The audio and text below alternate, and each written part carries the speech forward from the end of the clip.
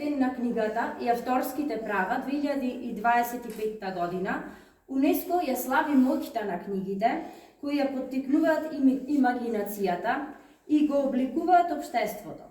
Додека одбележуваме 30 годишнината на овој светски ден, истовремено се осврнуваме на напредокот во промовирањето на писменоста и универзалниот пристап на книгата, но и ги препознаваме предизвиците што остануваат. Во изминатите 3 децении, УНЕСКО остана посветен на промовирањето на книгите и поттикнувањето на културата на читање, не само во своите 53 креативни градови на литературата, туку и преку мрежата на светските престолнини на книгата. Годинава, Светската престолнина на книгата за 2025 година е прогласена метрополата Рио де Жанеиро во Бразил, ќе покаже како книгите можат да предизвикат општествени промени и да создадат одржливи економски придобивки, например преку парадата на книгата и со отворање на нови библиотеки во најранливите делови на градот. Но, за книгите да го ослободат својот целосен потенцијал, тие мора да одразуваат богатата јазична разновидност на нашиот свет.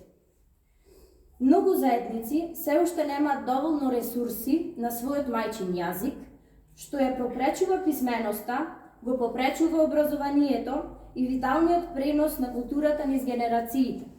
Затоа, од 2023 година, УНЕСКО работи на илустрираната книга "Што не прави луѓе" од Виктор Сантос и Јоана Форлати, да им стане достапна на младите ширум светот на повеќе јазици.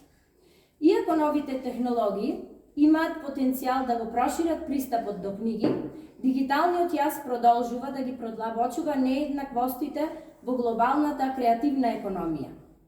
Па како одговор на тоа, УНЕСКО поддржа над 10 проекти за поддршка на книжевниот сектор и заштита на авторските права преку својот меѓународен фонд за културна разновидност.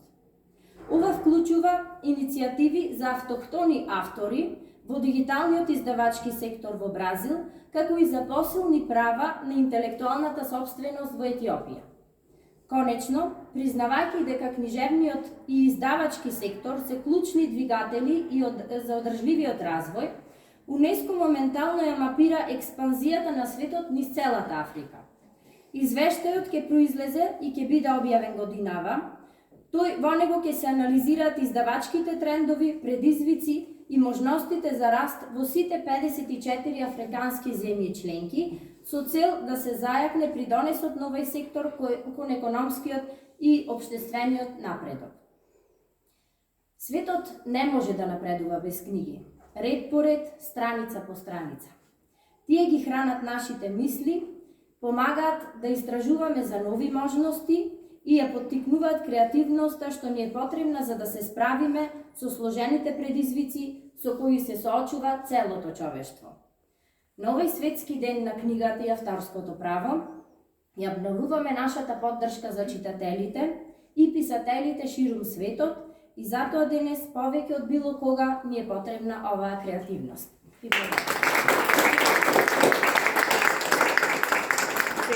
Најпрво благодарам директорке за стварно навистина инспиративен разговор. Сакам да ве поздравам сите, да ни е честит денот на книгата. Туку имаме навистина извонредни млади писатели во кои јас гледам потенцијални идни автори, па за крај би сакала да прочитам еден говорот, исто и мојата професор доктор Славица Велева, на Филолошкиот факултет Блаже Коневски во Скопје, која е навистина извонредна и добра професорка, па ќе прочитам. Оваа година прославата на Светскиот ден на книгата ја гледаме во поширок контекст, што го прави денешниот датум уште поимпресивен, уште позначаен. 80 години од кодификацијата на македонскиот литературен јазик. Кога зборуваме за книгата, ние не зборуваме само за објект, зборуваме за домот на јазикот. Зборуваме за местото каде што зборовите не само што се запишани, туку се оживеани. Токму преку книгите, еден јазик станува глас, сведоштво, наследство. А македонски